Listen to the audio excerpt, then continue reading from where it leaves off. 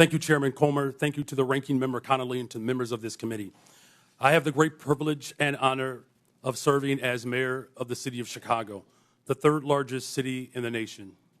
Established by a Black Haitian man and a Potawatomi woman, Chicago is and always has been a proud city of immigrants.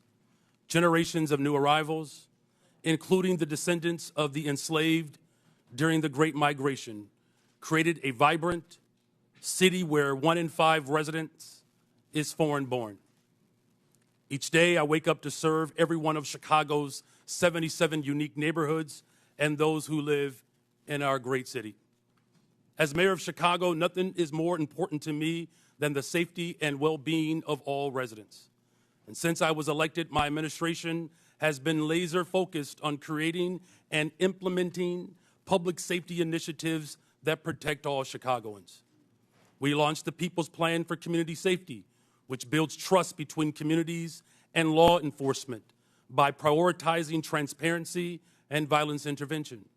We established a dedicated robbery task force that reduced robberies by 25% citywide. We added over 200 detectives, increasing the clearance rates on our cases. And we've updated police equipment and technology so that our police officers have the tools they need to effectively prevent and fight crime. Our efforts to improve public safety by building trust with and investing in our communities are working. Violent crime is down in Chicago. The city ended 2024 with its lowest homicide rate in 5 years. The city is also safer because of our Welcoming City Ordinance. That law makes sure that the city's police resources are focused on our local priorities. In fact, the 40 years of Chicago's leaders have recognized that our policies toward civil immigration matters help to prevent and solve crimes. Put simply, any actions that amplify fears of deportations make Chicago more dangerous. Those fears cause witnesses and victims to avoid cooperating with police. The cooperation of all people, regardless of their immigration status, is essential to achieving the city's goals of reducing crime and pursuing justice for victims. When there is trust between city's residents and the police, undocumented immigrants come forward to report crimes to local law enforcement and provide information that helps the police solve those crimes. And now, I know there are myths about these laws, but we must not let mischaracterizations and fear-mongering obscure the reality that Chicago's crime rates are trending down. We still have a long way to go, but sensationalizing tragedy in the name of political expediency is not governing, it's grandstanding.